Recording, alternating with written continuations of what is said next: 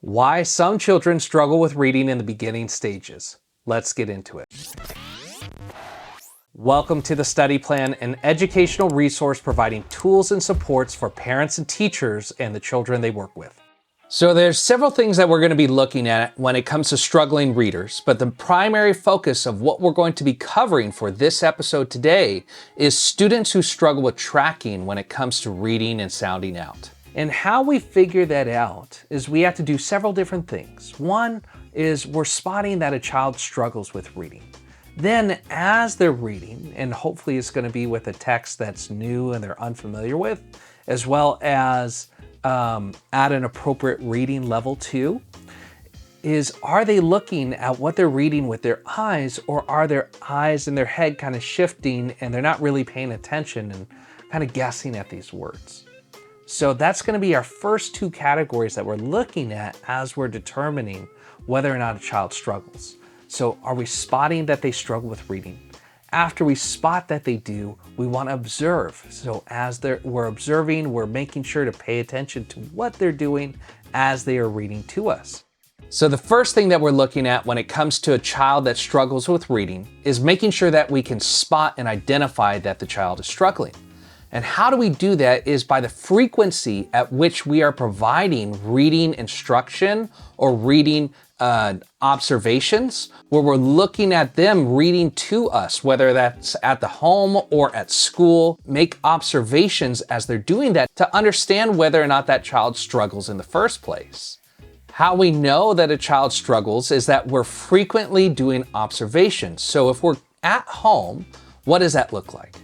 It looks like that we're reading on a weekly basis, several times a week, to make sure that they are getting exposure to text and they're sounding out things and they're practicing these skills that they should be learning over at school, so then they can apply it while at home. And the grades that we're kind of making this consideration on is that we're looking at the end of kindergarten or first grade, and definitely by second grade, they should have these foundational skill sets that they need. But if they're still struggling in those areas because we're sitting with them and reading with them or having them read to us, that we should be able to see these identifiers that are letting us know that, hey, my child is struggling. How we do this at school is that we should be having informal assessments weekly to determine whether or not the child is progressing with their reading, right? Are they making more words per minute when they're reading? Do they know more sounds as they're reading and able to identify them? Are they sounding out words well? And we're checking these things informally to make sure that students aren't getting left behind in the classroom. Now that we've identified and spotted that a child is struggling with their reading, we want to know and observe what that looks like, because every child is going to struggle differently. Some have characteristics that are very similar, but we want to make sure that we're looking at what that struggle looks like so we can know how to support them in this case. So for the area that we're focusing on right now is tracking, right? So if we're seeing struggles when it comes to reading, and we're noticing that the kid, as they're supposed to be reading to us, is looking away and they're not quite sure, and they might only look at just the first letter, well then what we know is that they're trying to rely on the shape of the word that the word makes, rather than trying to read all the letters in the words to then make that awareness and connection in the brain to what that word is. So including sounding out. So this isn't just identifying sight words. This is also for sounding out. You can't sound out words if you look and are only looking at that first word and then looking away and trying to do it from your mind, right? You need to be able to visualize and make that connection between the letters and the sounds that they make, so that you are sounding out and using decoding skills to read words that you're unfamiliar with.